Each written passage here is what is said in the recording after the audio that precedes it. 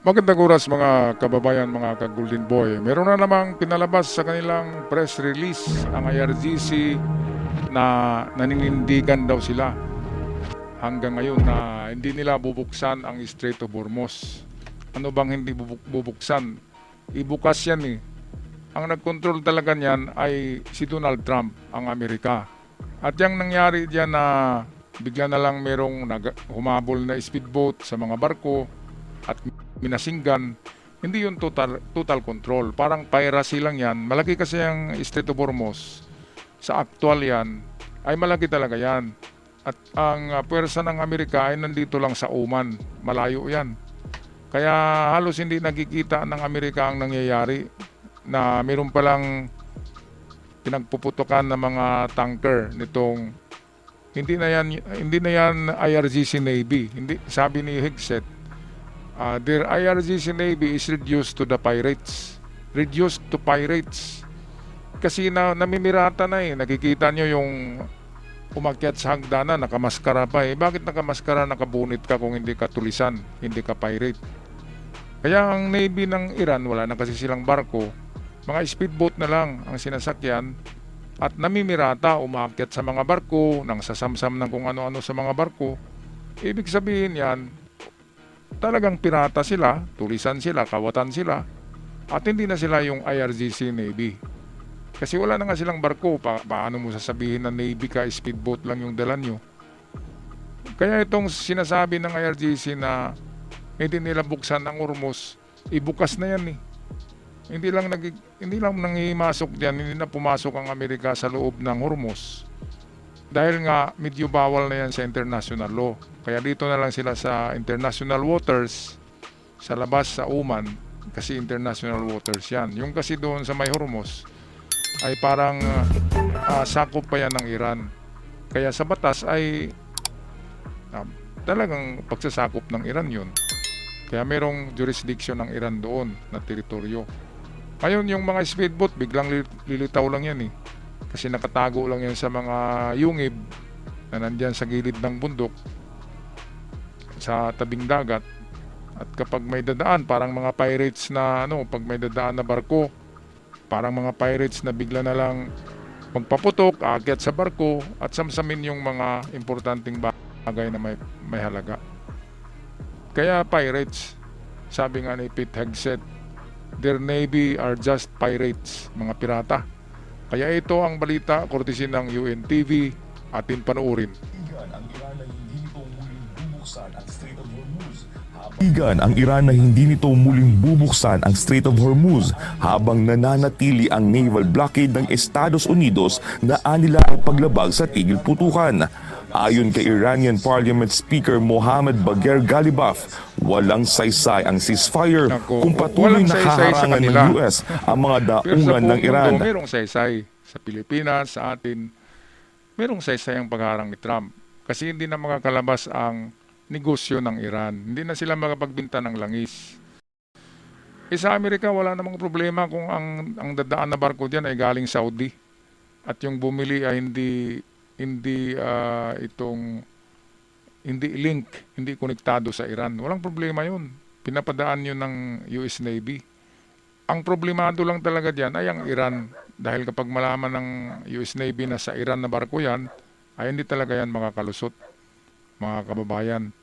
Kaya ang total control ng Hormuz ay hindi sa Iranian or IRGC pirates, kundi ang total control niyan ay sa Amerika pa rin.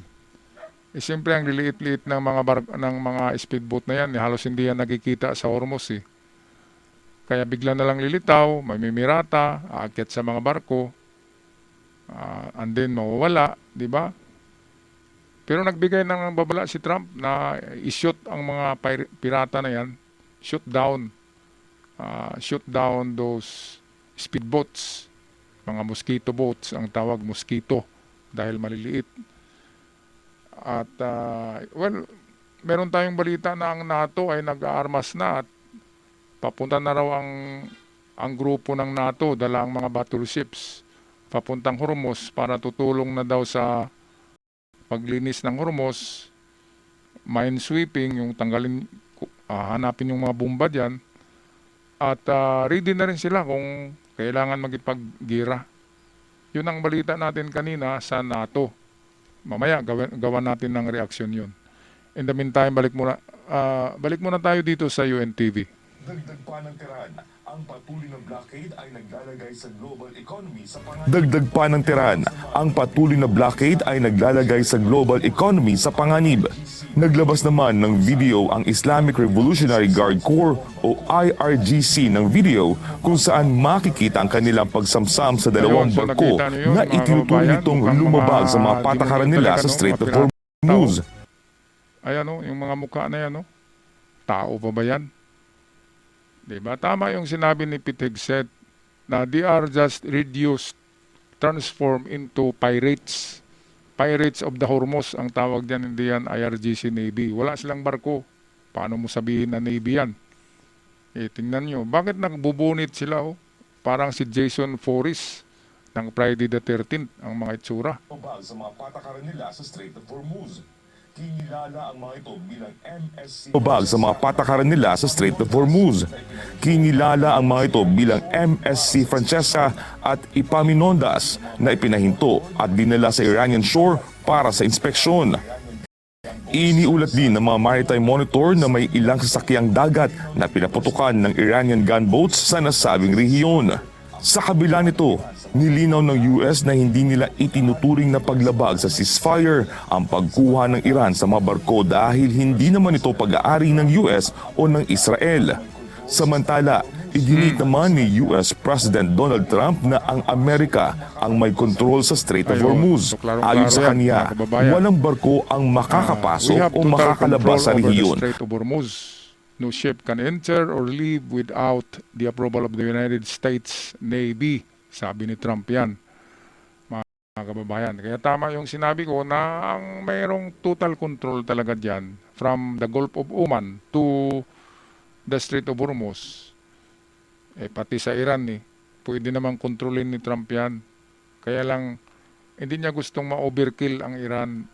Ang gustong mangyari ni Trump ay tamang-tama lang na puwersa ang gagamitin diyan sa Iran, mga kababayan. Pero si Xi Jinping, takot na Nag-announce kanina si Xi Jinping na mga mamamayan ng Iran, kung pwede na lumikas kayo dahil napakadelikado.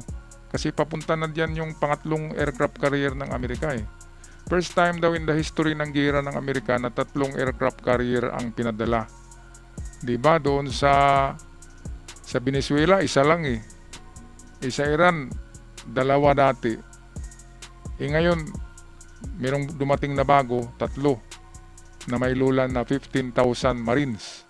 So, ibig sabihin, 50 plus 15, meron ng 65 Marines na pwedeng atake on the grounds. At lahat yan ay elite forces ng Amerika. Kaya 3 aircraft carrier, kaya nang marinig ng mga IRGC, nagpadala kagad sa sa Pakistan ang kanilang negotiator kanina. At baka mamaya ay magkaroon na naman ng deal na walang deal.